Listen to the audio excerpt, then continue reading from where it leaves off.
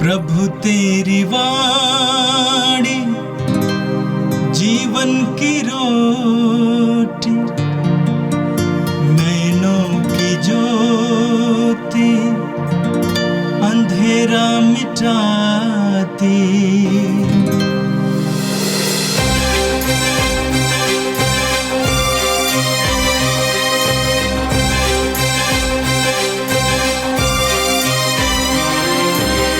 प्रभु तेरी वाणी जीवन की रोटी, नैनों की ज्योति अंधेरा मिटाती। प्रभु तेरी वाणी जीवन की रोटी, नैनों की ज्योति अंधेरा मिटाती। वाणी वाणी वाणी वाणी वाणी पवित्र है, शाश्वत है, जीवन का मन्ना है। 24 अक्टूबर बृहस्पतिवार। पहला पाठ एफेसियों के नाम संत पौलुस का पत्र, अध्याय 3, पद संख्याएं 14 से 21 तक। उस पिता के सामने जो स्वर्ग में और पृथ्वी पर प्रत्येक परिवार का मूल आधार है, मैं घुटने टेक कर यह प्रार्थना करता हूँ कि वह अपने आत्मा के द्वारा आप लोगों को अपनी अपार कृपा निधि में से अभ्यंतर शक्ति और सामर्थ्य प्रदान करे, जिससे मसीह विश्वास द्वारा आपके हृदयों में निवास करे। प्रेम में आपकी जड़ें गहरी हों और नींव सुदृढ़ हो। इस तरह आप लोग सब अन्य संतों के साथ मसीह के प्रेम की चौड़ाई, लंबाई, ऊंचाई और गहराई समझ सकेंगे। आप लोगों को उनके प्रेम का ज्ञान प्राप्त होगा, यद्यपि वह ज्ञान से परे है। इस प्रकार आप लोग ईश्वर की पूर्णता तक पहुंचकर स्वयं परिपूर्ण हो जाएंगे, जिसकी शक्ति हम में क्रियाशील है और जो वे सब कार्य संपन्न करने में समर्थ है, जो हमारी प्रार्थना और कल्पना से अत्यधिक परे है। उसी को कलीसिया और यीशु मसीह द्वारा पीढ़ी दर पीढ़ी युग युगों तक महिमा। आमीन। यह प्रभु की वाणी है। संत लूकास के अनुसार पवित्र सुसमाचार, अध्याय 12, पद संख्या 49 से 53 तक। यीशु ने अपने शिष्यों से ये कहा, मैं पृथ्वी पर आग लेकर आया हूँ और मेरी कितनी अभिलाषा है कि ये अभी धधक उठे। मुझे एक बपतिस्मा लेना है और तब तक वो नहीं हो सकता। मैं कितना व्याकुल हूँ।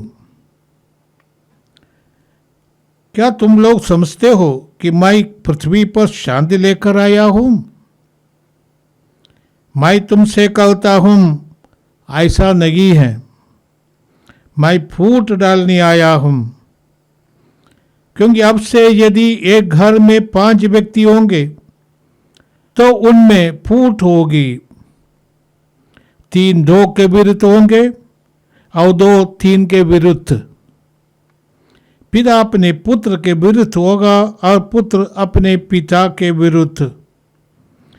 माता अपनी पुत्र के विरुद्ध होगी और पुत्री अपनी माता के विरुद्ध। सास अपनी बहू के विरुद्ध होगी और बहू अपनी सास के विरुद्ध। यह प्रभु का दिव्य सुसमाचार है। क्रिस्त प्रभु की जय। भाई और बहनों, आज का पहला पाठ हमने एफिसियों के नाम पौलुस के पत्र से सुना है। एफिसियों के कलीसिया विश्वासपूर्ण कलीसिया था, विश्वासियों का एक कलीसिया पौलुस ने उसके बारे में सुना भी है। इसलिए पौलुस आज पिता को धन्यवाद देते हैं। मैं उस पिता के सामने जो स्वर्ग में और पृथ्वी पर पृथ्वी पर प्रत्येक परिवार का मूल आधार है। घुटने टेक कर ये प्रार्थना करता हूँ।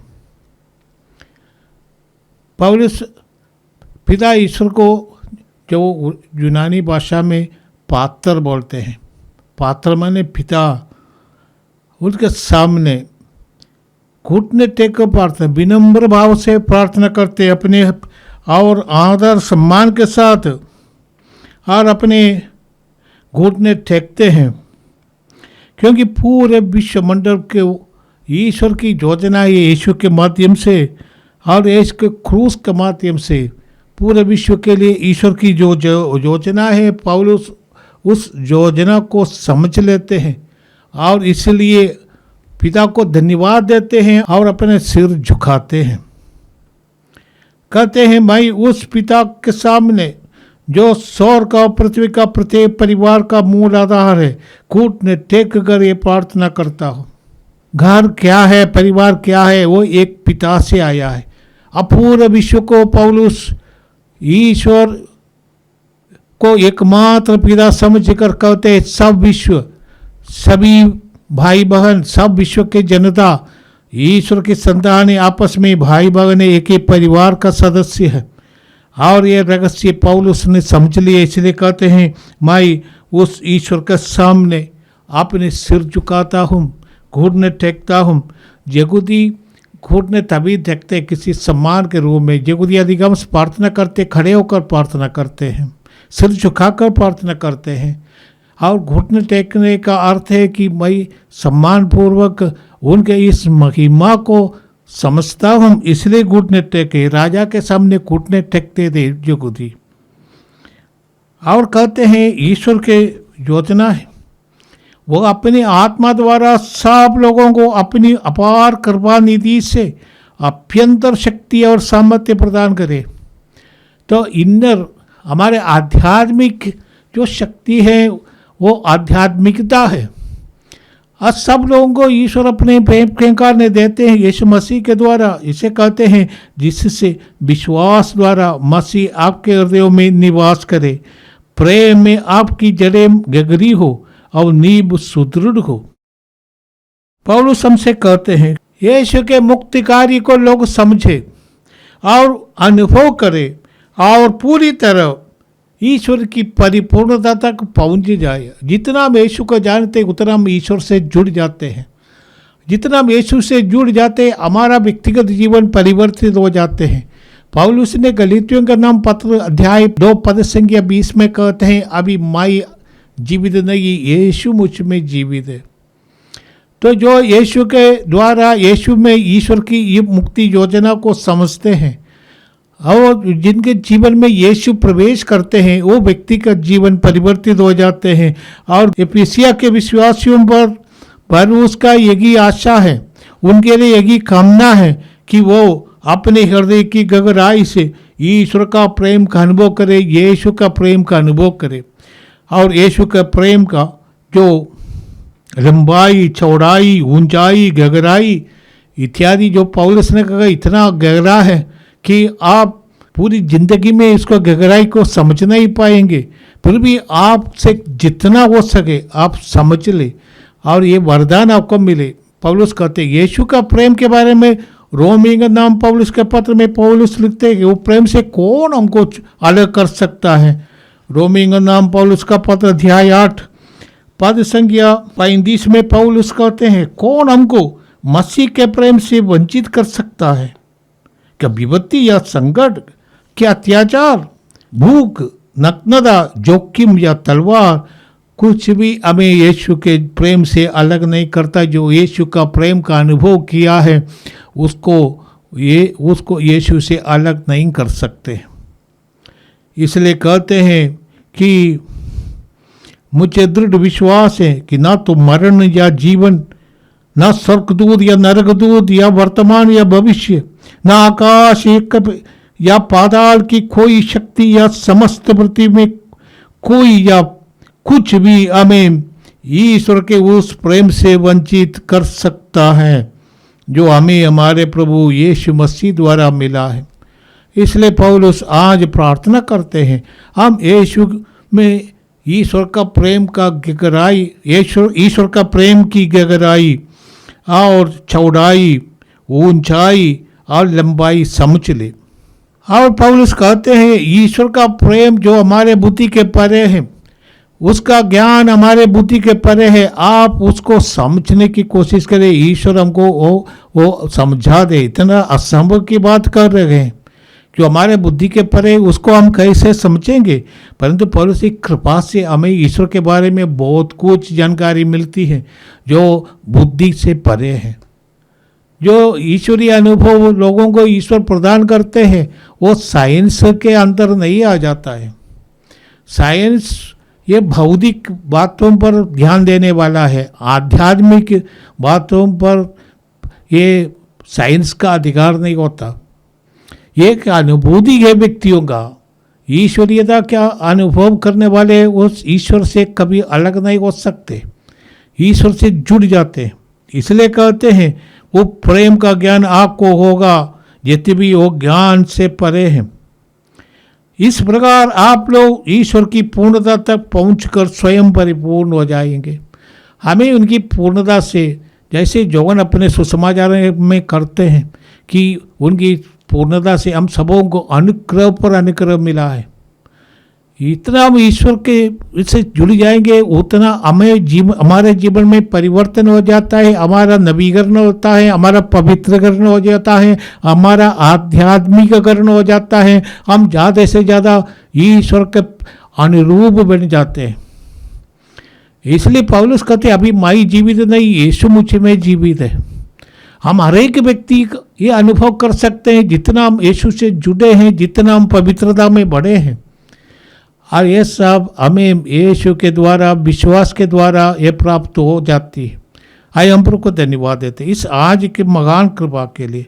पौलुस आखिर ये उसको धन्यवाद की प्रार्थना से आज का पाठ, प्रथम पाठ समाप्त कर देते हैं।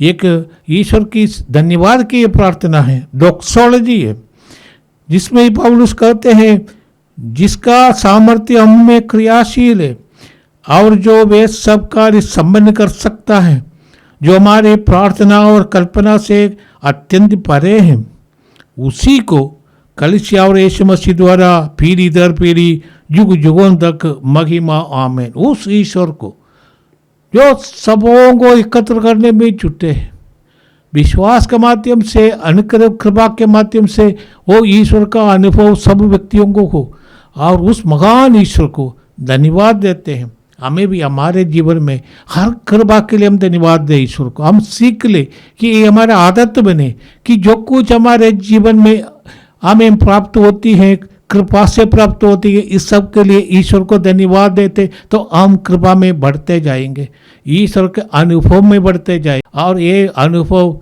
हम, जैसे हमारे पूर्वजों ने कहा है कि हम उसको किसी को और नहीं दे सकता भाषा के रूप में और शब्दों के द्वारा। यह अनुभव हर एक व्यक्ति के अंदर जो परिवर्तन से होता है, जीवन का परिवर्तन से ईश्वर का अनुभव होता है, वो अनुभव परिवर्तित कर देता है, नया बना देता है। आज के सुसमाचार में प्रभु ऐसे कुछ बातें हमारे सामने रखते हैं। प्रभु कहते हैं मैं पृथ्वी पर आग लेकर आया हूँ और मेरी कितनी अभिलाषा है कि वो आग धधक उठे। यीशु जो आग लेकर आया है वो आग क्या है? बाइबल में पुराने विधान में आग ईश्वर की उपस्थिति का चिन्ह रहता है। जैसे हम पढ़ते हैं कि जलती हुई झाड़ी में मूसा को ईश्वर का दर्शन मिला था। अब जब जगुदी रेगिस्तान में 40 साल वर्ष रह गए थे, उस समय ईश्वर आग के खंभे के रूप में रात को उनको सुरक्षा प्रदान करते थे, मार्गदर्शन करते थे, और दिन में वो बादल के खंभे के रूप में उनके लिए सुरक्षा देते थे। आग, यीशु जो आग लाया हो, मैं समझता हूँ वो प्रेम का आग है, वो पवित्र आत्मा का आग है। नए विधान में हम जानते हैं पंतकुस्ता का दिन पवित्र आत्मा लोगों पर उतरे थे, आग के रूप में उतरे थे। जीवन को परिवर्तन करने वाली वो शक्ति है। वो शुद्ध करने वाला शक्ति है। वो ईश्वर, ये प्रभु यीशु जो आग लाए हैं वो आग है प्रेम का आग। वो आग पूरे दुनिया में फैल जाए, क्योंकि यीशु ने हमें सिखाया ईश्वर प्रेम है और ये प्रेम का संदेश पूरे विश्व में फैले। परंतु ये प्रेम का संदेश फैलाने के लिए यीशु को एक बपतिस्मा लेना था। प्रभु ने कहा मुझे एक बपतिस्मा लेना है, और मैं जब तक वो नहीं हो सकता मैं कितना व्याकुल हूं। जो बपतिस्मा यीशु बोल रहे हैं वो बपतिस्मा क्रूस पर उनकी मृत्यु है, उनका दुख भोग। यीशु उसको एक बपतिस्मा के रूप में समझा था। और अब हमारा जो बपतिस्मा का संस्कार है, हम भी यीशु के दुख भोग और क्रूस पर मृत्यु और उनका दफन और उनका पुनरुत्थान के प्रतीक के रूप में मानते हैं। और प्रभु कहते हैं ये कि उनका बपतिस्मा है। जोगन से जो बपतिस्मा यीशु ने लिया, जो बपतिस्मा यीशु देते हैं वो अलग तरह की बपतिस्मा है। परंतु जो बपतिस्मा आज के पाठ में प्रभु कहते हैं और उनका दुख भोग और उनकी मृत्यु और उनका पुनरुत्थान है। प्रभु आगे कहते हैं, क्या तुम लोग समझते हो कि मैं पृथ्वी पर शांति लेकर आया हूँ? यीशु के बारे में जो भविष्यवाणी वो शांति का राजा है। यीशु ने जो कुछ किया शांति के लिए किया था। उनके जन्म के समय स्वर्गदूतों ने आकाश में ईश्वर की महिमा, पृथ्वी पर उनका कृपा पात्रों को शांति का गीत गाए थे। यीशु ने अपने शिष्यों से कहा, अंतिम वैल्यू के अवसर पर उनसे कहा, मैं तुम्हें शांति प्रदान करता हूँ, जो शांति संसार नहीं दे सकती वो शांति मैं तुम्हें देता हूँ। अब पुनरुत्थान के बाद प्रभु का पहला संदेश है तुम्हें शांति मिले। प्रभु को शांति देने के लिए आए थे, परंतु प्रभु का जो संदेश है वो संदेश हमें यीशु के साथ देना या यीशु का विरोध करने के लिए प्रेरित करता है। जो ईश्वर के राज के लिए अपने दिल खुले हैं, जो ईश्वर को सबसे पूरे दिल से प्रेम करे, अपने पड़ोसी को अपने समान प्रेम करे, ऐसे वातावरण ऐसे मनोभाव रखने वाले लोग ही यीशु का संदेश को अपना सकते हैं। दूसरे लोग जो अपने को ऊंच और अपने को मकान समझते हैं, ऐसे लोग यीशु का तिरस्कार करते। यही हुआ था यीशु के साथ। यहूदियों के महायाजक, यहूदियों के नेतृत्व करने वाले और शास्त्रीय फरीसी यीशु के खिलाफ हो गए थे। जो यीशु के साथ नहीं है, प्रभु ने कहा वो मेरे खिलाफ है। तो प्रभु आज हमसे कहते हैं कि यीशु को अपनाने से परिवार में कुछ लोग यीशु के साथ होगा तो कुछ लोग यीशु का विरोध करेगा। इसलिए प्रभु कहते हैं समाज में फूट हो सकता है, क्योंकि यीशु जो शिक्षा देते हैं वो शिक्षा में चैलेंज करता है जीवन में परिवर्तन लाने के लिए। एक क्रांतिकारी परिवर्तन है। सबों को समान रूप से देखना, ये समाज में तो चलता नहीं है। समाज में कुछ लोग अपने को मकान समझते हैं, बड़े समझते हैं, ताकत वाले समझते हैं। यीशु कहते सब लोग बराबर है, तुम सब भाई भाई है। इस बात को मानने के लिए सब तैयार नहीं है। यीशु कहते हैं तुम्हें जो मकान होना चाहते हैं बच्चे के जैसे बन जाओ। समाज में कोई अधिकार रखता नहीं। पुराने जमाने यहूदियों के समाज में बच्चों का कोई अधिकार नहीं था। इसलिए प्रभु कहते परिवार में भी फूट होंगे। 2 के विरुद्ध 3 विरोध करेगा। माता पिता भी बच्चों का विरोध करेगा जो भी यीशु के अनुयायी बन जाते हैं। पति भक्ति के बीच में इस यीशु के कारण विरोध हो सकता है, फूट हो सकता है। यीशु ऐसा एक चैलेंज हमारे सामने रखते हैं, जीवन में परिवर्तन करने का चैलेंज। जो भी हमें परिवर्तन के लिए बुलाते हैं हम शायद उसका विरोध करते हैं। योहन्ना बपतिस्ता ने परिवर्तन का संदेश दिया था और राजा हेरोद ने उसको मार दिया, क्योंकि अपने स्वार्थ को छोड़ देना पड़ता है परिवर्तन के लिए। यहाँ हम कहीं भी यीशु का समाचार, यीशु का सुसमाचार की घोषणा होते हैं, लोग उनका विरोध करते हैं, क्योंकि ये हमें जीवन परिवर्तन के लिए आह्वान करते हैं। हमें अपने गलतियों को छोड़ देना है और अपनी ज़िंदगी को सुधारना है। अपने हर एक इंसान को अपने भाई और बहन के रूप में देखना है, उनकी भलाई करना है। प्रभु ने कहा था एक दूसरे को प्यार करो, तुम्हारा ये प्यार देखकर लोग समझे कि तुम मेरे शिष्य हो। प्रभु ने कहा इससे बढ़कर कोई किसी का प्रेम नहीं है कि वो अपने भाई के लिए, अपने पड़ोसी के लिए अपना प्राण अर्पित करे, सेवा करे और सब कुछ खो दे। यदि तुम मेरा शिष्य बनना चाहते हो, आत्मत्याग करे। यदि तुम मेरा शिष्य बनना चाहते हो, या वो अपनी पूरी संपत्ति बेचकर गरीबों को दो, इसके बाद मेरा अनुकरण करो। ऐसा संदेश लोग सुनने के लिए तैयार नहीं है। प्रभु कहते हैं तुम्हें अपने जीवन को परिवर्तन लाना है। फरीसी और शास्त्री सोचते थे कि हमें किसी परिवर्तन की जरूरत है, हमारे पास सब कुछ है। जैसे वो फरीसी जो प्रार्थना करने के लिए गए थे मंदिर में, हम लूकस के सुसमाचार 18 में पढ़ते हैं। वो फरीसी जाकर ईश्वर के सामने ढींब मारते थे, अपने महिमा करते थे कि हम दूसरों को ऐसा नहीं, हम हफ्ते में 2 बार उपवास करने वाले हैं, हम प्रार्थना करने वाले, हम दशमांश देने वाले, और सोच रहे कि करने से ईश्वर को ये बातें करता है, उनको कृपा दे। पर जो नाकेदार आए थे वो नतमस्तक होकर ईश्वर के सामने साष्टांग प्रणाम करते हुए अपने को समर्पित करते कहते प्रभु मैं पापी इंसान, मुझे पापी पर दया कर। और यीशु कहते वो पापी नाकेदार धर्मी बनकर गया, और वो घमंडी, वो अपने को पवित्र मानने वाला वो फरीसी वैसे बोलता वैसे ही अपने घमंड में अपने पाप का वो दास बनकर चले गए। हमारे जीवन को परिवर्तन करने का यीशु का आह्वान क्या हम सुनते हैं? इसके अनुसार जीवन में परिवर्तन डालने के लिए हम तैयार हैं। हमको ये सोचना है कि हम यीशु के साथ हैं या यीशु का विरोध करते हैं। आइए हम प्रार्थना करें। ये प्रभु हम धन्यवाद देते हैं पौलुस के पत्र के लिए।